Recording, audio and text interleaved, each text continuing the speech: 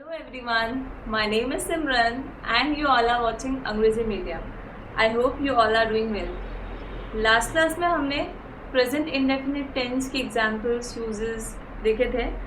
आज की क्लास में हम लोग देखेंगे सेंटेंस फॉर्मेशन कि हम सेंटेंस कैसे फॉर्म करेंगे इस टेंस का यूज़ करके. तो शुरू करते हैं. सो सेंटेंसेस का फॉर्मेशन 3 कैटेगरीज में होता है. Okay, first one is affirmative sentence, next negative, and third one is interrogative.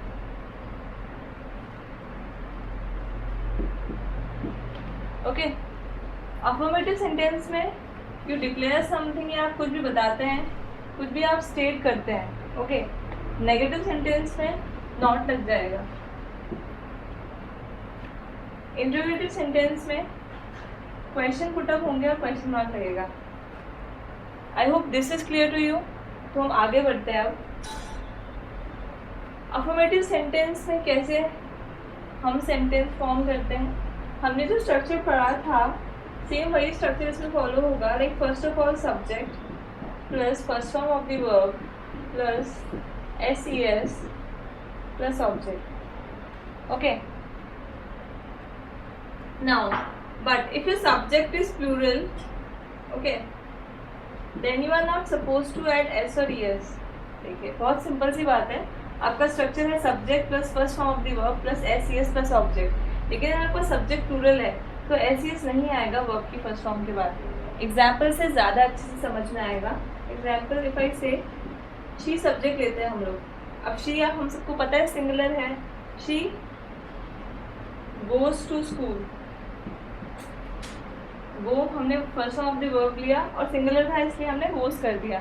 Okay, next for example फिर टेक एनी प्लूरल सब्जेक्ट जैसे कि दे हम सबको पता है प्लूरल है. Okay, they play every day. वो लोग हर दिन खेलते हैं. तो यहाँ पर प्लेज नहीं होगा. प्ले यहाँ पे एकदम करेक्ट है क्योंकि सब्जेक्ट आपका प्लूरल है. Okay, so this was all about affirmative. Now we'll move towards negative sentence. कि negative sentence को हम कैसे फॉर्म करेंगे.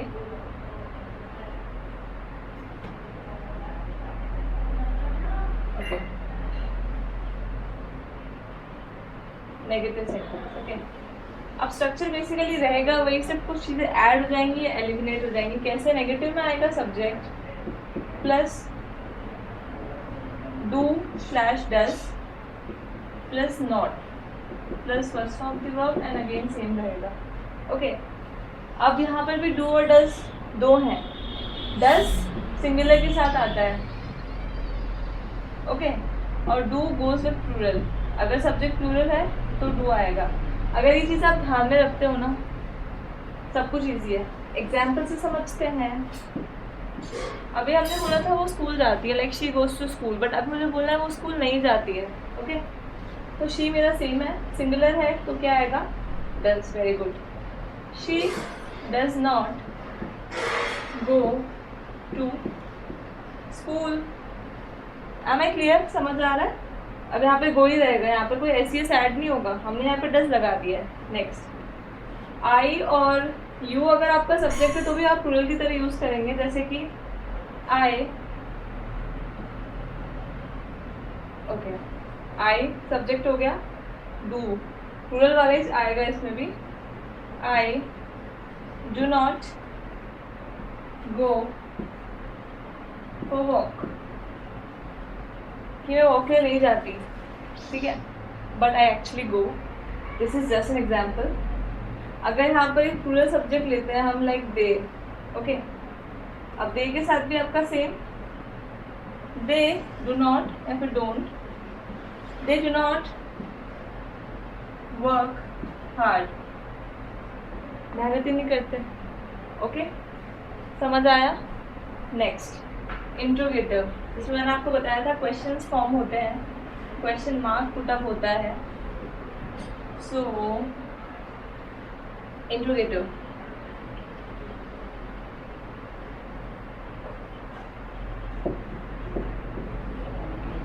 इंट्रोगेटिव का स्ट्रक्चर क्या है? डू और डज स्टार्टिंग में आ जाएगा आपका। अब हमें पता है कि does goes with singular and do with plural. Okay, do और does plus subject plus first form of the verb plus same आपका रहेगा जो सेंटेंस रहता है। Okay, example. अब हमारा जो हमने एक कॉमन सा एग्जाम्पल लिया था कि वो स्कूल जाती है। अब कोई पूछना चाहता है क्या वो स्कूल जाती है, तो यहाँ पर हम WH वर्ड नहीं लगाएंगे क्योंकि प्रेजेंट इंडेफिनिट है, तो डू एंड डज से क्वेश्चन बनेगा, डू एंड डज से। अब शी सिंगुलर है तो डज आएगा स्टार्टिंग में, like does she go to school. क्या वो स्कूल जाती है? या फिर नेक्स्ट एग्जाम्पल देते हैं, क्या वो हार्ड वर्क करते हैं, क्या वो मेहनत करते हैं? तो यहाँ पर डू आएगा क्योंकि सब्जेक्ट आपका दे है, दे प्लूरल है, do they work hard,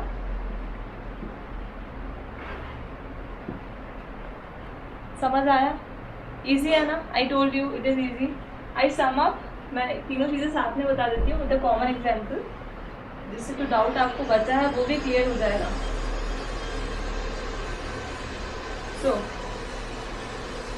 for example, Ram plays football. I'm taking very easy example जिससे आपको समझ में आए। अब Ram plays football, that is affirmative, ये अफर्मेटिव का सेंटेंस है ना। What you have to do, इसको नेगेटिव में कन्वर्ट करना है एंड सेम इंट्रोगेटिव में कन्वर्ट करना है। कैसे करेंगे? Ram plays cricket, Ram cricket खेलता है। अब राम सिंगुलर है तो नेगेटिव का स्ट्रक्चर है सब्जेक्ट प्लस डू नॉट और डज नॉट, बट सिंगुलर है तो डज आएगा। Ram does not play football. हो सकता है ना क्रिकेट खेलता हो या कोई और स्पोर्ट्स खेलता हो। नेक्स्ट, अब हमें इंट्रोगेटिव बनाना है तो डू और डज हमारे आगे आएंगे। सब्जेक्ट क्या है? राम, राम सिंगुलर है तो आपका डज आगे आ जाएगा। Does Ram play football. समझ आया? इजी है ना? I told you. So thank you, stay tuned.